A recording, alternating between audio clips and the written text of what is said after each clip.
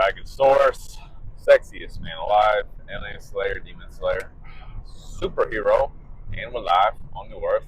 Let's go. This video is called "The Darkness Always Snitches on Themselves." Alright? Every time something bad is going to happen, there's always some kind of foreshadowing. Think about it in the analogy that life is a movie script. We're all actors, right?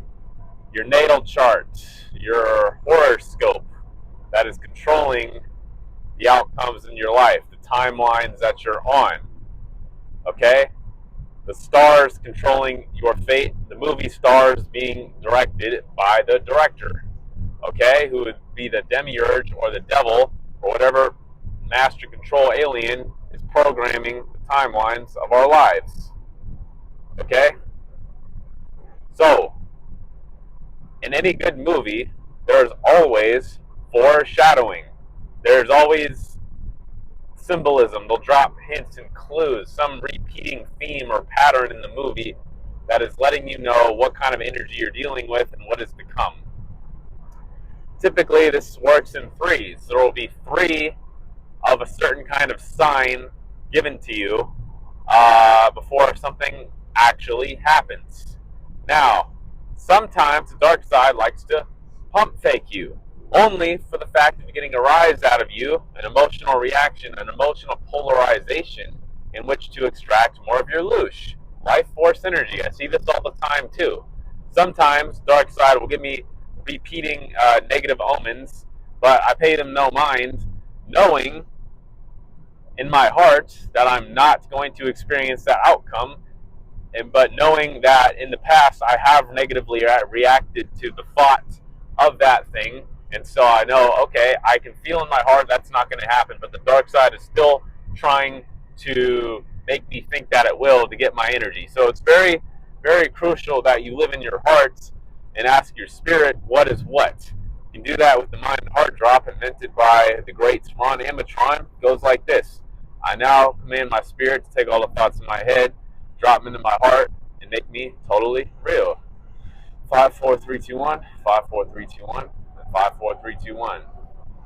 Now, as I roll through the awesome Mount Shasta, you can see nothing but trees. All trees know is hard energy, peace. Trees are not at war, trying to mentally calculate things and being on timelines. Okay? So, the more in nature you are, the less manipulated you're going to be by the world. That's just facts. Now, back to what I was saying, darkness always snitches on itself, and it's called predictive programming. So, they'll put in movies or TV shows what they actually plan to do to the world in real life years before they do it. Like, there are examples, I mean, you could YouTube it, but The Simpsons are one of the prime examples of this. How they had like a picture of like 15, 20 different celebrities that are wearing the exact clothes that they ended up taking a picture in like 10 or 15 years later at the exact same time. When Jennifer Lawrence was only a kid when this pic came out, and then she was an adult in the actual picture when it manifested. So, as you can see, we're in a scripted reality. Things are already known to happen, and the people who are writing these movie scripts or TV show scripts are the most mind controlled by the universe or the alien mind control energy or the demiurge or whatever you want to call it. People who are writing these shows are basically who the archons are tasking with preparing the mass herd for the next generation, the plans the dark side has for the next generation. Okay, like we're seeing a lot more sci-fi movies with cyborgs, or like robot people. And look, Tesla's already coming out with robots that can snowboard. Okay, so it's only a matter of time before people actually start having robot butlers And then again, it's only a matter of time before we're a slave to the robots. You know, how long, you know, self-driving cars are just coming out now. How long is it going to be before no one knows how to actually drive, and we can only be driven to where the machine wants us to go? They're slowly chipping away at our free will. Okay, I'll give you another example. I forget which Olympic ceremony this was, but a few years before they, you know, did what they did in 2020, that major world event. We all know what I'm talking about. I'm not going to use any key words here. In the Olympic opening ceremony, they showed kids in hospital beds that were extremely sick, like rows and rows of them. And you have to ask yourself, why in the hell would they show that in an Olympic opening ceremony? Oh, because they're trying to tell us what they're about to do to us. Oh.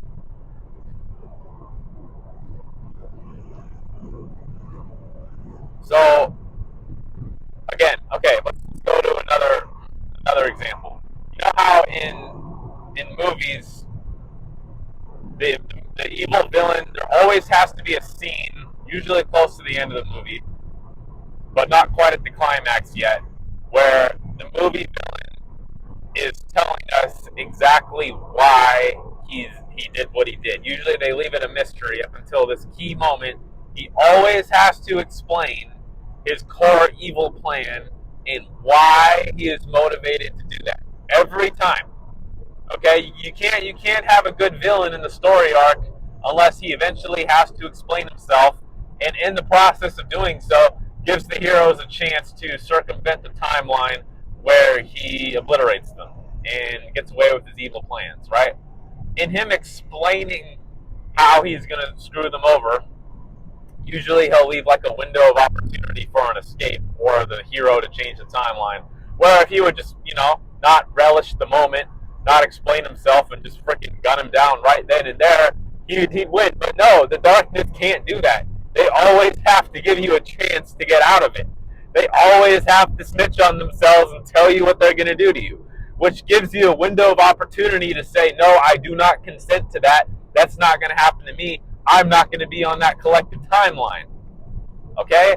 So when they're showing us what they're going to do to us in the news, in the movies, on TV, in the media, negative omens manifest in your personal life, that is your window of opportunity right there to say, no, I do not consent to this timeline. That will not happen to me. Take your goddamn power back, people. Okay? That's the point of this video. Take your power back. You don't have to take it from the dark side, because they always snitch on themselves. They always give you an opportunity to get out of it. So pay attention. Pay attention. Be watchful. Be mindful. Be observant. Notice repeating patterns. Don't just brush your dreams off as nothing. Dreams can be omens. Don't just brush repeating symbols that show up in your life or omens as nothing. Don't brush them off as nothing. Don't just watch movies blindly and just like, oh, look at the pretty graphics. Oh, I want to root for that character because they're cool. No, look at the story behind the story.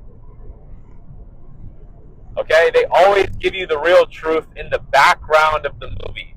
Okay? The subconscious isn't paying attention to it while your conscious mind is fixated on the character. Look at the backdrop. Look at the overall situation or scenario or backdrop of the show.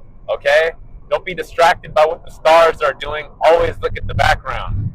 Always see the big picture.